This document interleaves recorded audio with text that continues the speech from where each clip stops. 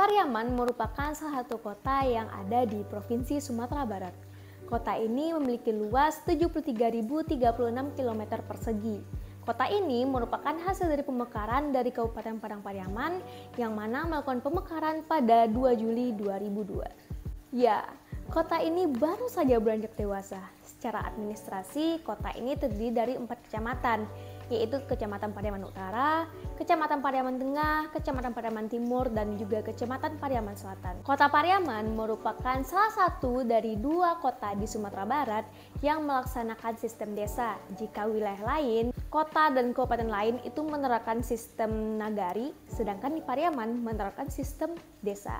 Yang mana di Pariaman terdapat 16 kelurahan dan 55 desa dengan persebaran penduduk 1.346 jiwa per kilometer persegi. Secara geografis, kota Pariaman itu dikelilingi oleh Kabupaten Padang Pariaman. Itu artinya sebelah utara, sebelah timur, sebelah selatan itu diapit oleh Kabupaten Padang Pariaman.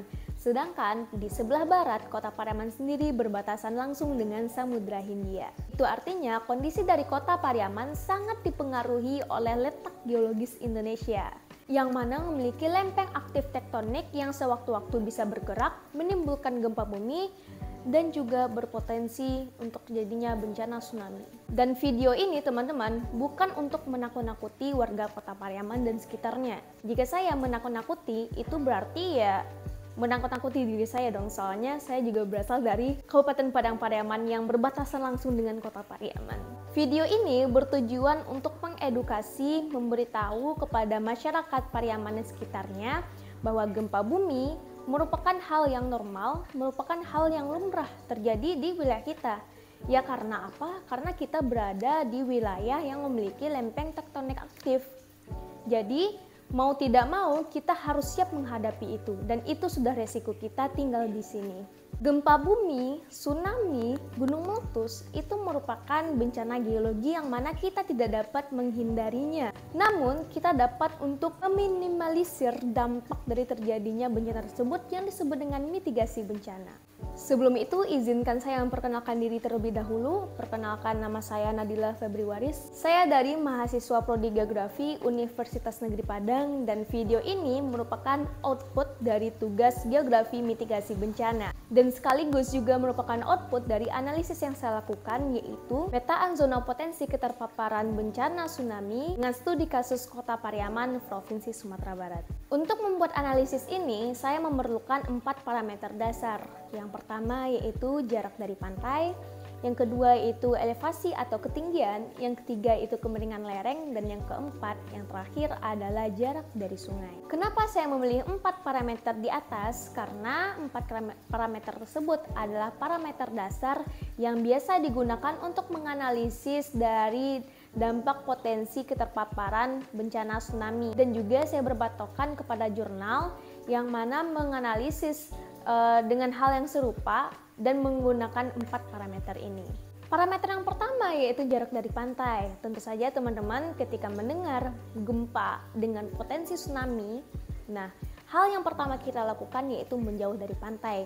Lalu berapakah jarak yang kita berpotensi aman dari bencana tsunami? Jika teman-teman berada pada jarak 0 sampai 500 meter dari pantai, itu merupakan zona merah yang artinya teman-teman harus menghindar, harus menjauh dari sana. Karena itu berpotensi tinggi untuk terpapar bencana tsunami. Lalu zona hijaunya di mana? Teman-teman bisa menjauh sejauh 3.000 meter dari pantai, itu artinya 3 km dari garis pantai. Nah, namun menjauh dari pantai saja, meskipun kita sudah menjauh 3 km dari garis pantai, itu belum cukup teman-teman. Nah, karena apa? Karena misalnya jika 3.000 meter dari pantai itu merupakan daerah yang masih rendah, maka itu berpotensi memiliki keterpaparan dari bencana tsunami. Oleh karena itu kita menggunakan parameter yang kedua yaitu ketinggian.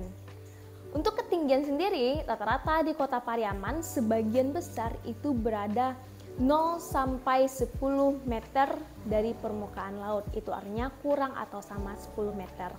Yang mana kurang atau sama dari 10 meter ini merupakan zona merah yang seperti teman-teman dapat lihat di peta ini.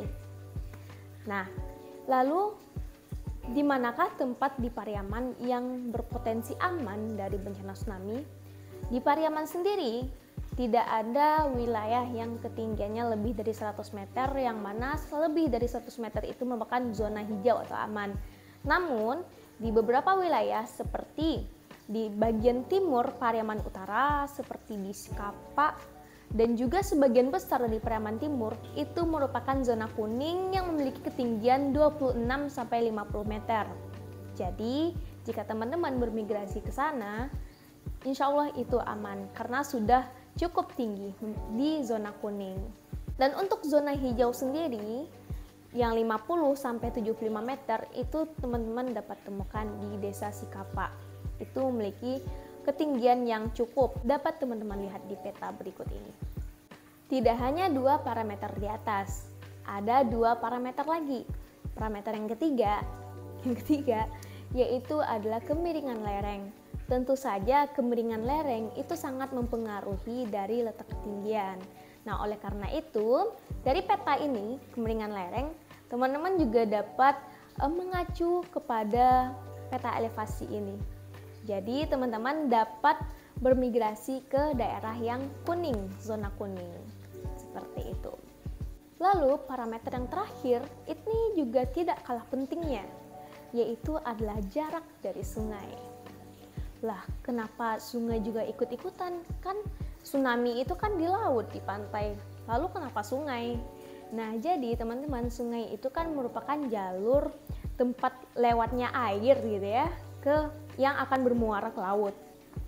Nah, yang mana di Pariaman itu terdapat beberapa sungai besar seperti Sungai Batang Pariaman, Batang Mangau, dan juga yang lainnya. Zona aman dari tsunami jika diukur dari jarak dari sungai itu teman-teman harus menjauh 500 meter dari bibir sungai.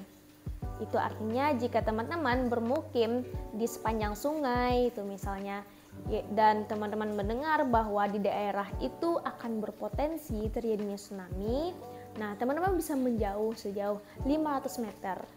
Namun tidak hanya cukup lari 500 meter saja, teman-teman juga harus mempertimbangkan, misalnya teman-teman lari 500 meter, dan 500 meter itu lebih dekat pantai, ya nggak bisa dong. Kita harus mempertimbangkan ya jarak dari pantai tadi lebih dari 3 km. Terus juga jarak dari sungai lebih dari 500 meter. Ketinggian yang 25-50 meter atau zona kuning. Dan selanjutnya itu adalah kemiringan lereng.